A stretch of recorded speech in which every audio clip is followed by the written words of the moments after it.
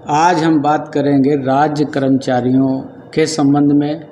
जो हमारे भारत देश के विभिन्न राज्यों में राज्य कर्मचारी हैं, उनको जो ओपीएस और एनपीएस मतलब पुरानी पेंशन योजना और नई पेंशन योजना के संबंध में, वही कर्मचारी जो सरकार की सारी योजनाओं का बोझ अपने ऊपर लिए सारे दिन घूमते हैं और उनको क्रियान्वित करते हैं, उनका संचालन करवाते हैं।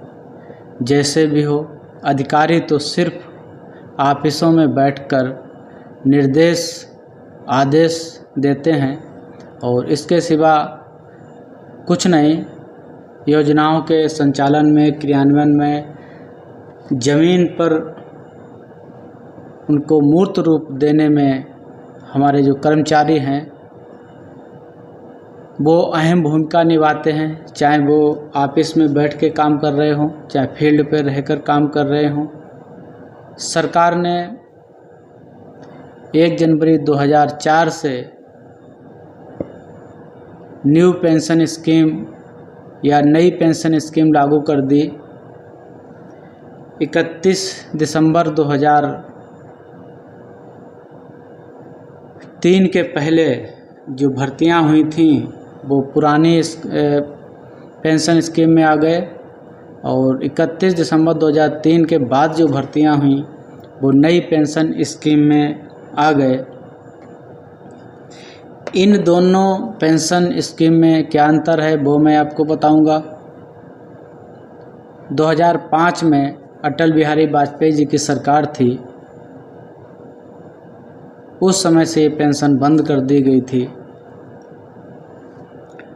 इस पेंशन में जो मुख्य रूप से अंतर है वो आप समझ लीजिए कि जो पुरानी पेंशन स्कीम है उसमें जो कर्मचारी का जीपीएफ कटता था।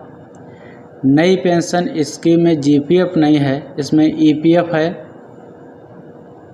पुरानी पेंशन स्कीम में सरकार पेंशन ट्रेजरी से, अपने फंड से, अपने कोष से देती थी, जबकि नई पेंशन स्कीम जो है उसमें सरकार कर्मचारी के वेतन से जितना कटौती करती है उतना ही हिस्सा वो अपनी तरफ से कर्मचारी के ईपीएफ खाते में जमा करती है। रिटायरमेंट पर उसी ईपीएफ से पेंशन दिए जाने की व्यवस्था है। जो ईपीएफ है वो हमारा शेयर बाज़ार पे आधारित है। 20 साल बाद, 30 साल बाद उसकी क्या वैल्यू निकलेगी कहा नहीं जा सकता।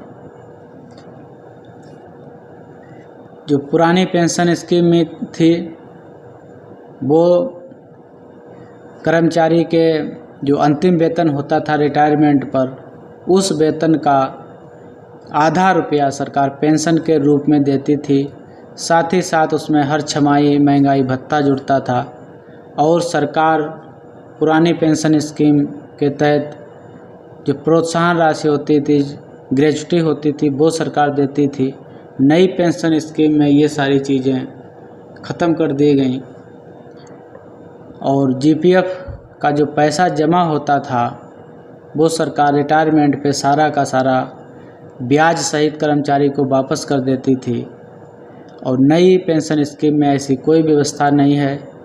कर्मचारी का पैसा जितना कटेगा उतना ही पैसा सरकार से दिया जाएगा, उसी पैसे के ब्याज से कर्मचारी को पेंशन दी जाएगी।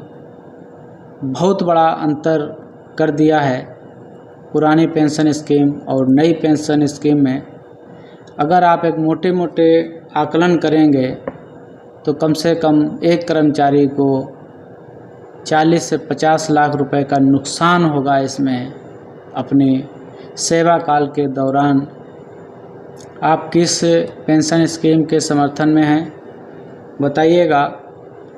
जाते जाते हमारे चैनल को सब्सक्राइब कर दीजिएगा।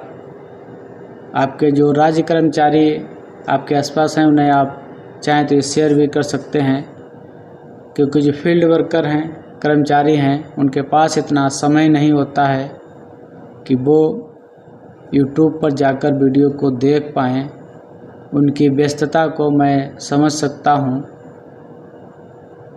तो ये वीडियो आपको कैसा लगा बताइएगा। ये छोटी सी जानकारी थी पुरानी पेंशन स्कीम और नई पेंशन स्कीम दोनों के बीच क्या महत्वपूर्ण अंतर थे वो बताया। वीडियो कैसा लगा बताइएगा। वीडियो को लाइक करिएगा और शेयर भी कर दीजिएगा।